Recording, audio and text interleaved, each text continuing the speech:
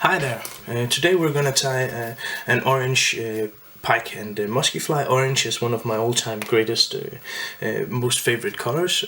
It's very nice and very easy to see for the pikes and the muskies. We're gonna use Partridge Universal Predator size 4.0. A flyman shank. This is a big game shank, a very nice one for this, and then we're going to use some silicone tubing to ensure that the hook is exactly where I want it to be. I've not mounted this yet because I want you to see exactly what I'm doing. I took my silicone tubing, put it on the hook, and then I take the hook and put one part of the shank here into the eye. This is because further on, when this fly is done, I want to be able to fasten the hook so it's gonna stick like that. Good. Well, for now it's just gonna hang there. So I attach the shank in the vise here, and then just need to locate my thread. It was there, and then we're ready to go.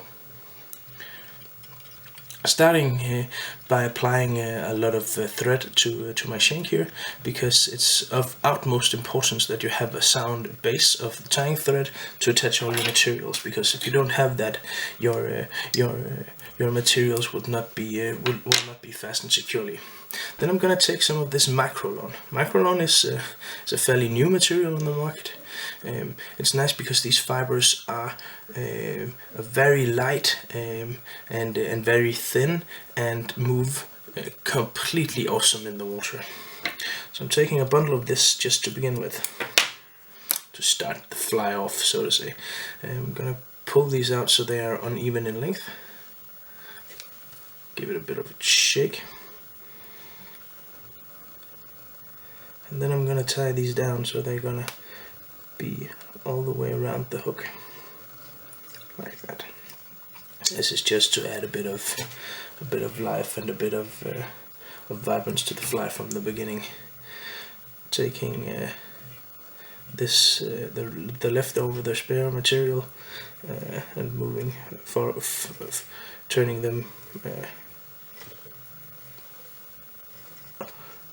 here, turning them behind as well, fastening everything, and then you have kind of like the first start of the fly. Then we're going to take one of these new very cool colors of big fly fiber, and if you haven't seen these colors yet, then you definitely need to. They are so awesome. This is the color Sunrise, a mix of gold, a mix of yellow and orange. A very nice color. And Hedron has been so nice as to add some flash already. Of course, they're not added enough, but well, we can make do with what we have for the time being. We're gonna add a lot more to this fly. So I'm taking some of this Sunrise color big fly fiber here, fastening this securely on the shank here, applying some thread to make sure everything is where I want it to be, cutting off all of this here, like so. Just cutting. And then we're gonna get some flash material on here. And for this fly, I like the holographic. We're gonna start off with the holographic Flashaboo in the color Magnum in the color orange. Taking a fairly large bundle of this. This is probably my favorite flash material in the entire world. It is just truly amazing. It's completely cool colors, and it's 52 centimeters long, or 10 inches, and then it's wide, but it's still light, and it still moves great in the water. So this flash has everything you want in a flash material for pike and musky flies.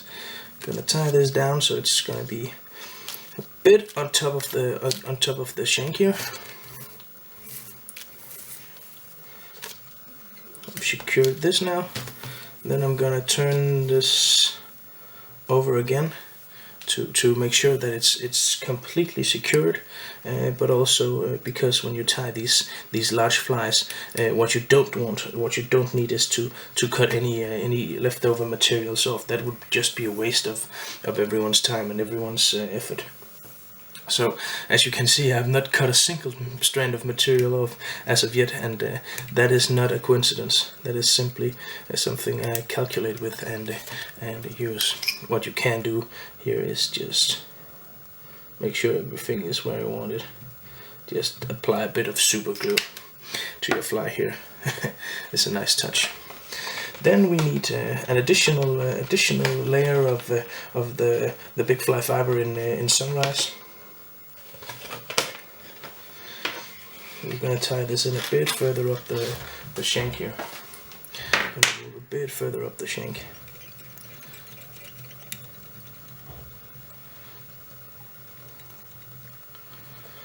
Again, I'm making sure that I have a sufficient base for my materials to rest on. Something that is, as I said, crucial to making your fly lasts, and what you want in flies of this type is you want them to last for more than just a single pike of 3 kilos or something like that. It's annoying to have a rather expensive, rather nice looking fly getting torn, getting bitten into pieces by a small annoying pike. You want these flies to last, and last for more than, let's say, to last for a lot of pikes. So make sure that you apply a lot of thread, and that you apply a lot of pressure as well. Pressure is a key element as well to getting this done as you want it to be like that. That looks very, very neat. Good. I'm gonna take some additional flash here. Again, I'm gonna take some of the very long Magnum Flashaboo, making sure that the lengths are uneven, and just applying this flash here.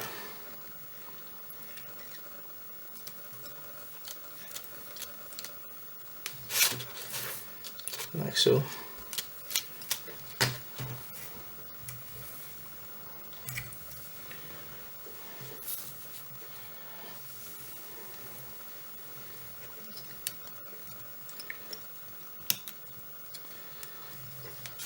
That is where I want it to be. Great.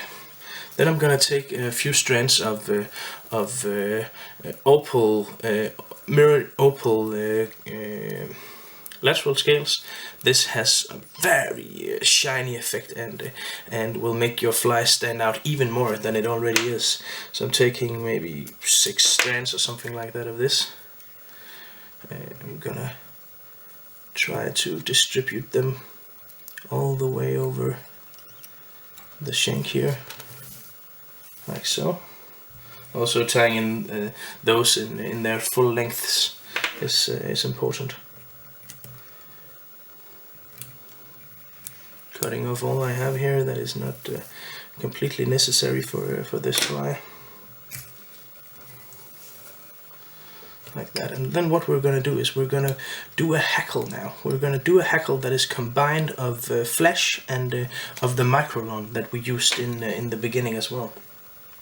So I'm going to take my thread here, and then I'm going to make a dubbing loop. Like so. As you can see, I now have a dubbing loop. I'm going to hang that off to the side here. Then I'm going to take my microlon, taking a fairly large bundle of this microlon here, and you can actually make these dubbing loops with this microlon. That is something that you don't see in many fibers, that they are actually able, that they are as how would you say, that they are as light and as soft and as thin as to be able to produce dubbing loops that actually make sense. Because now when we do this, we're gonna get an enormously big hackle.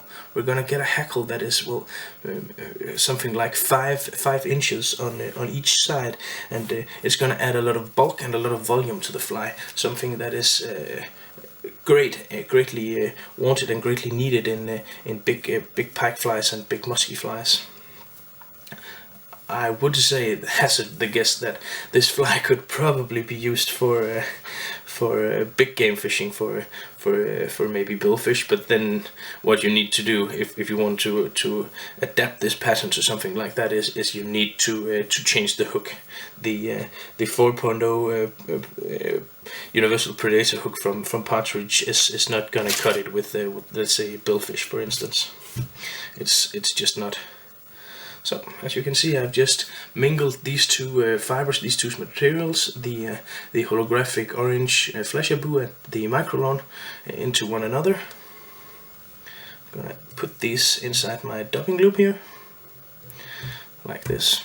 And this is gonna give an awesome effect on the fly, I assure you. You'll see that in a second for yourself.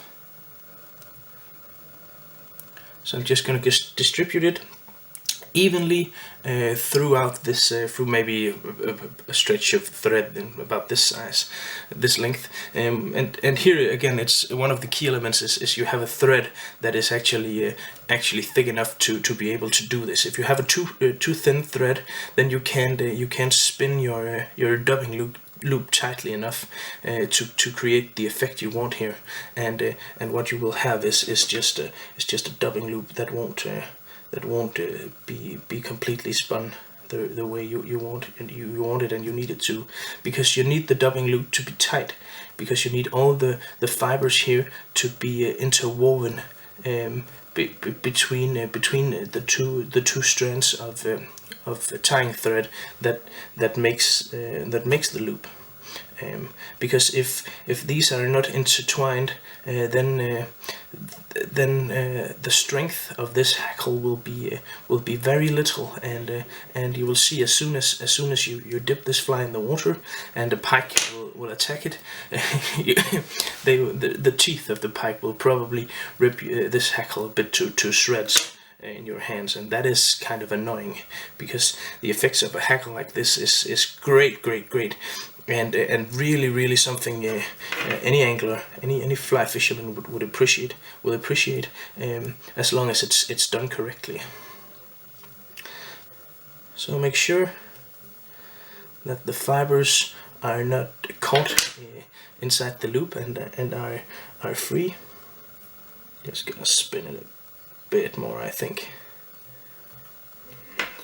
The thread I'm using here is the 8.0 Vivus, a very nice thread for this, but you could use Kevlar or something similar to that. That works as well. You should watch a bit out for Kevlar, because Kevlar is very smooth. And if you're using Kevlar to tie dubbing loops like this, then they can have a tendency to actually let the material slip out of the loop, because it's because of the smoothness of the thread, like that. What I'm gonna do is I'm gonna take a lot of saliva here to force my materials in the direction that I want them to be. You see, like this. I'm gonna force them to be in the direction I need them to be able to, so my hackle will be easier to turn. And as you can see now, I have a hackle that is, well, above 5 inches long, and this is as I was saying, what's important when you're stripping most of these flies is not the actually stripping part. It's the breaks where your fly just kind of like hangs there in the water. That is when you will get the most action, and when you will often see that pike will come and attack your fly. So it's important that your fly has a very nice profile and really works well, even when it's not actually being pulled. And I fish flies like this on a relatively slow pace, because the pikes like wounded prey, and you can get this fly to look like a wounded prey easily by letting it move very slowly in the water. So far so good. Next up is we're gonna take some ostrich plumes here, some ostrich feathers, and we're gonna tie these in again to add some vitality and some life to the fly. So I'm just gonna take from this XL ostrich feather. I'm just gonna take a few centimeters worth of ostrich hurls.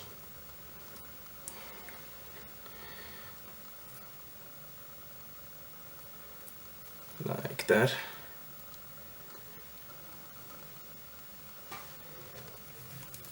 Just gonna see if I can get all my materials here too.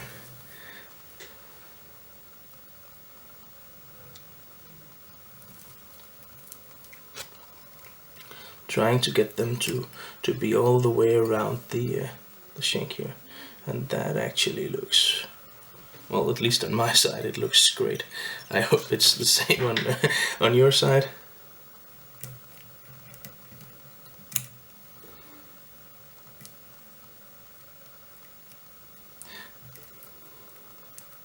If you don't have ostrich feathers like this, you can do another thing that is similar to this, and that is just to add a marabou hackle. A marabou works very similar to ostrich.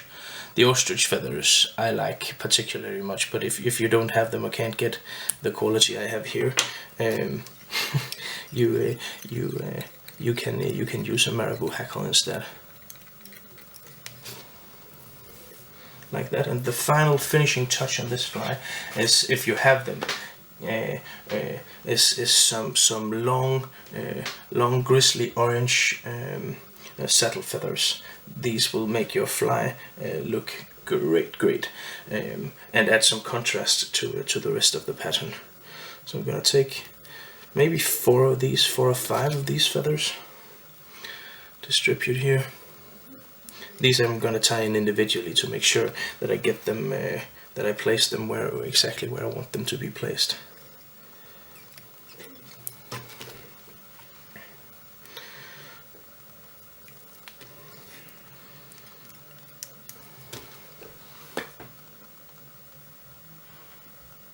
So I'm gonna take one more. What the hell?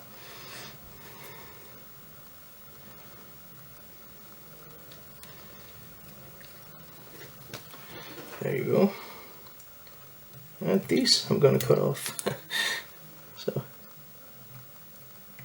the second time I'm cutting something off this pattern. I'm gonna move the thread right there. And for the finishing touch of this, we're gonna take some ram's wool.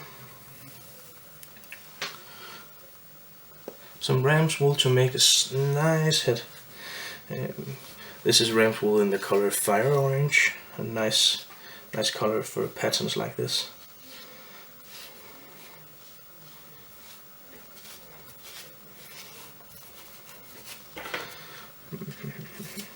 And when we're done, we can attach one of a lot of different heads. There is a lot of different heads on the market.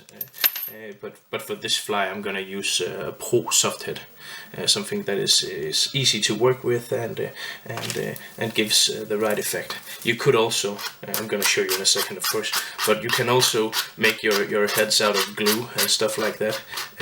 But glue tends to make your flies, at least in my book, at least when you're using shanks and fairly large hooks as well, tend to make your flies a bit too heavy for my taste. A bit too heavy to cast, but also a bit too heavy, so they sink a lot. What I'm doing here is I'm taking a brush here, and I'm just gonna brush the lower part of the sculpin wool, the ram's wool, to make sure that I've removed as much as possible of the under wool or the short part of the wool that I don't need for this fly. So I'm gonna take this, and then I'm gonna whiten it out, stretch it out so it kind of like is a thin layer, but it's wide. Then I'm gonna take this and try as carefully as possible to make this come all the way around the head of the fly like this. I'm gonna fasten it with some thread here.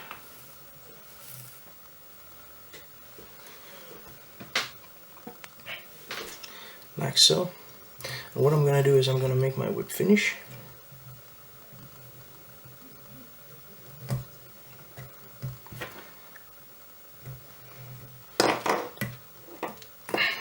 Secure the thread, cut it off, and what you can do now, but you have to be a bit careful with that, is you can apply some super glue. I think the secure course here is gonna be to just add some bit of varnish. That's not as completely mad as the super glue. So now you have this, and it's pointing out in front of the fly. And why you want to do that is because you want all this material to be turned behind the fly, but you want your head, your soft head, or your I know that Flyman makes some nice heads. They're called fish masks as well. Some cool heads. You want your head to be the one that makes your hair stand out behind here. So here you have the fly almost done. The last thing you need to do is of course to apply a bit of super glue to the groove here, the dentation that is already prepared in this soft head, and then you need to attach your eye. I'm gonna do a silver eye on this one. Silver looks great with orange, like that. I'm gonna do the same thing on the other side. And as I said, these pre-made heads are definite, in my book, definite improvement on the glue heads, because of course gluing your own head is nice, but it gives a lot of weight to your fly. So this is the easy way out, but it is an easy fix that makes a lot of sense. And I've had flies that have landed maybe 20-25 packs on them with one of these heads, and these heads, of course, they get some holes and stuff like that, but they're not gonna be shredded by the pack's teeth. So here you have it, the big mean orange bastard, tied with all Flashaboo material, or well, almost all Flashaboo material. A very cool pattern that I've caught numerous big pike on. Well, those were the words. Remember to subscribe, and thank you for tuning in. Bye.